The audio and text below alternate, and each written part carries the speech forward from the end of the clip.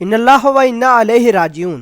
Views, Pakistan کے ایک اور پٹھان جس کا نام لال خان بتایا جا رہا ہے، اس کا آج سر قلم کر دیا گیا ہے۔ لال خان کا سر قلم کیوں کیا گیا اور لال خان کی قصور کیا تھا، ان تمام تر حقائق سے پردہ اٹھائیں گے ہم آج کی اس ویڈیو میں، تو دیکھتے رہیے ہماری یہ ویڈیو۔ ویوز، آپ کو بتاتے چلیں کہ مملک میں نشہ آور کوئی بھی چیز سمگل پر بڑی پابندی ہے، لیکن ملیے اس پشاور کے لال خان سے جو اپنے پیٹ میں ہیروئن سمگل کرتے ہوئے پکڑا گیا ہے۔ سعودی وزارت داخلہ نے ایک اعلامیہ کے ذریعے بتا دیا ہے کہ جدہ ایئرپورٹ پر منشیات کی سمگلنگ کی کوشش کے دوران گرفتار ہونے والے پاکستانی سمگلر جس کا تعلق پشاور سے بتایا جا رہا ہے اور اس کا نام لال خان ہے، اور عدالتی حکم کے مطابق اس کا سر قلم کر دیا گیا ہے، اور جدہ میں یہ سر قلم ہوا ہے لال خان کا۔ عدالت کی جانب سے لال خان کو موت کی سزا سنائی تھی اور عدالت نے اس پر امپلیمنٹ بھی کروا دیا ہے۔ بہرحال لال خان نے اپنی سزا کے خلاف اپیل کورٹ اور پھر سپریم کورٹ سے بھی رجوع کیا تھا، لیکن ان کی سزائے موت بحال رکھی گئی۔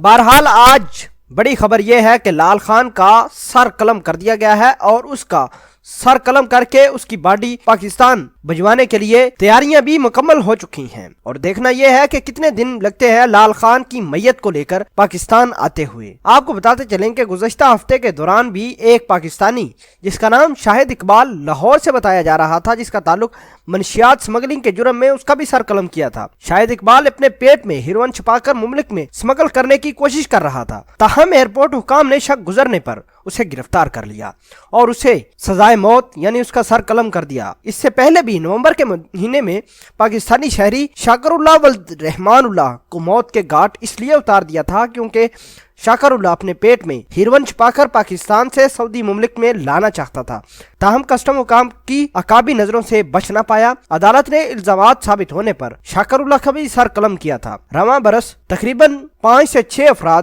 کا سر قلم کیا جا چکا ہے۔ اس کے علاوہ ایک شخص محمد رمضان سردارہ تھا جس نے اپنے پیٹ میں ہیروئن چھپا رکھی تھی، جسے اس نے مملک میں فروخت کر کے بھاری رقم وصول بھی کرنا تھی، تاہم اس کی یہ کوشش کامیاب نہ ہو سکی۔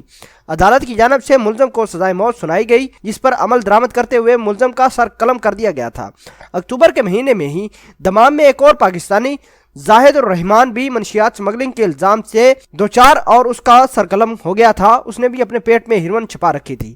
بہرحال آج کی بڑی خبر یہ ہے کہ یہ بھائی پشاور کے ہے اور اس کا سر قلم کر دیا گیا ہے۔ اس شخص کا نام لال خان بتایا جا رہا ہے اور سعودی حکومت نے فوراً ہی اس کی سزا پر عمل درآمد کر دیا ہے اور اس کا سر تن سے جدا ہو چکا ہے۔ سعودی عرب کی حکومت نے لال خان کی میت کو پاکستان بھیجنے کے لیے تمام تر انتظامات مکمل کر لیے ہیں اور کچھ ہی دن میں ان کی میت آ جائے گی پاکستان میں۔ ویوز، آپ اس پوری خبر کے بارے میں کیا کہتے ہیں؟ کمنٹ سیکشن میں اپنا اظہار خیال ضرور پوسٹ کرنا۔ ملتے ہیں ایک نئی ویڈیو میں، تب تک کے لیے آپ سے اجازت چاہتے ہیں۔ اللہ نگہبان۔